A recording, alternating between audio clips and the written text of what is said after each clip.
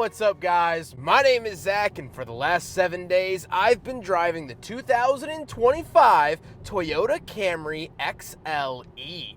Up front is a 2.5-liter inline-4, as well as a hybrid system, and down below is an eCVT. Now, I am super excited to be making this video here today because I've spent the last 7 days and several hundred miles driving and learning about this Toyota Camry. It has plenty of upsides and a couple of downsides, so I'm excited to share them with you today. But if you would like to submit your own vehicle, you can head on over to my website, zackpradel.com/submit. It's a quick and easy submission form, takes under a minute to fill out, and I come out to you. But let's get back to that 2.5-liter inline-4 under the hood. Well, Camrys are now all standard hybrids. There is no non-hybrid Camry anymore, which I think is a positive move forward for the brand. This is the 5th generation hybrid system, which to date, at the time of recording, is Toyota's most up-to-date hybrid system, and I really like it. I've been averaging 35.5 miles to the gallon without even trying to do anything special, which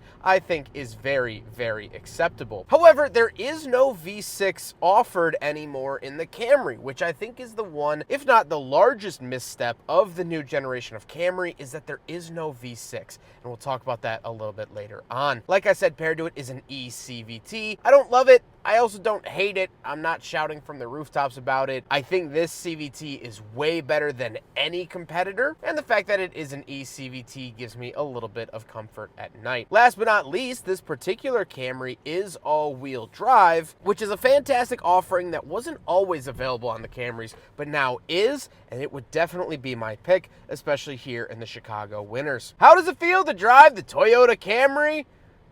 It's fine.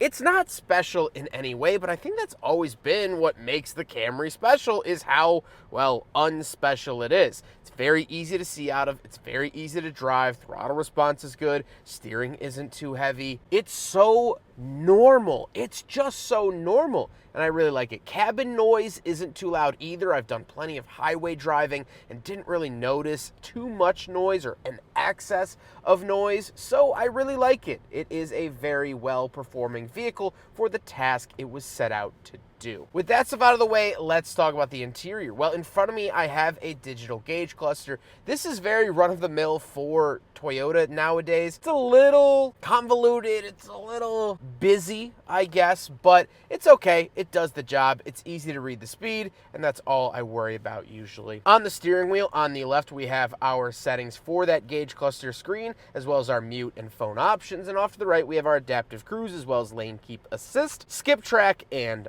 mode.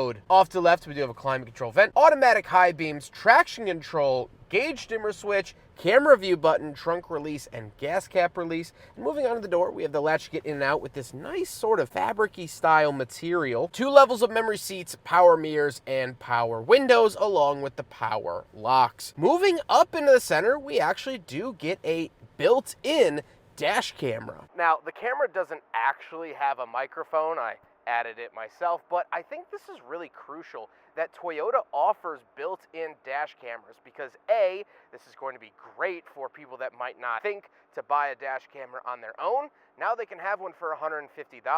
The second thing is that Toyota wires it in for you. All the wiring is there, so it's not ugly. Like every dash camera you could buy, there's always wires that have to go to the 12-volt outlet.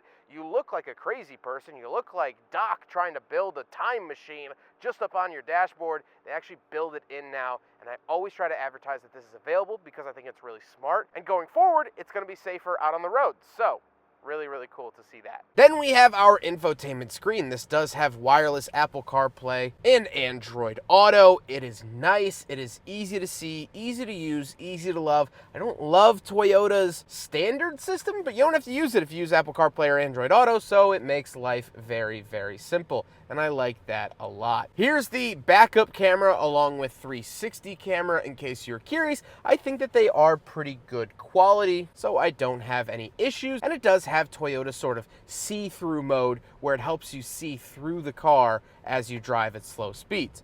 Very cool. Down below, we get physical climate controls. Love to see that retained here for the Camry. We have heated and ventilated seats, dual zone climate, and of course AC, auto, rear defrost, heated mirrors, all of those goodies, 2 climate vents with the hazard switch, and then we have a USB-A as well as 2 USB-Cs, a wireless charger, a cubby, and the shifter. The shifter is very run-of-the-mill, normal Toyota, although it's not the Prius-style shifter, which I'm not usually a big fan of, so definitely nice to see that. Then we have buttons for eco, normal, and sport driving modes. We have our auto holding brake, and we have our EV mode, along with the power parking brake. Off to the right, we do have cup holders. However, as we tested at the Chicago Auto Show earlier this year, this fails the big friggin' bottle test. Then we do have a opening center console with a 12-volt outlet, and we have the seats. The seats are comfortable. They're heated, ventilated, power and memory, everything I would want from a modern vehicle, and they work really, really well. As I've said, I've spent hours in this car, and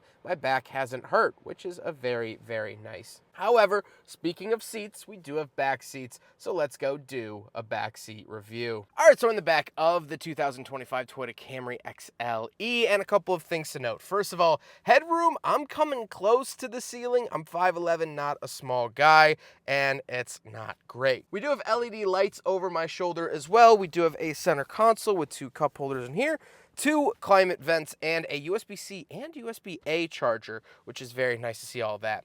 Overall, not tons of space. I'm not swimming laps back here, but I did fit 2 of my adult friends back here, and they fit fine without any complaint. So it's going to work. It's definitely going to work. However, speaking of space, let's hop into the trunk and see how much space is back there. Right around the back of the Toyota Camry, the button is off to the right here, and there's the pack of water I recently bought that I need to still bring inside. But other than that, tons and tons of trunk space in the back of the Camry XLE. To be expected. I wasn't really expecting anything less, but there it is if you were ever curious about the trunk space of a Camry from 2025. Now we gotta talk about the looks, and this is finished in Ocean Gem, which is fantastic. I want my house painted in Ocean Gem. I want all my clothes in Ocean Gem. I think this might be one of the prettiest, one of the most brilliant, one of the most wonderful colors to ever come out of the Toyota Motor Company. Similarly, this is the new generation of Camry, and so it does have updated looks as well. It almost mimics the Prius look a little bit, which I don't mind. I actually think looks pretty good. I think it looks hip and modern, and that's what I would expect out of a car that was so recently refreshed. But with all of that being said, let's get on to my final thoughts. What do I think driving the brand new Camry for the last 7 days? Well, I've really enjoyed it. This is a good car. Thank you guys so much for watching. I hope you guys... That's really it. I mean, okay.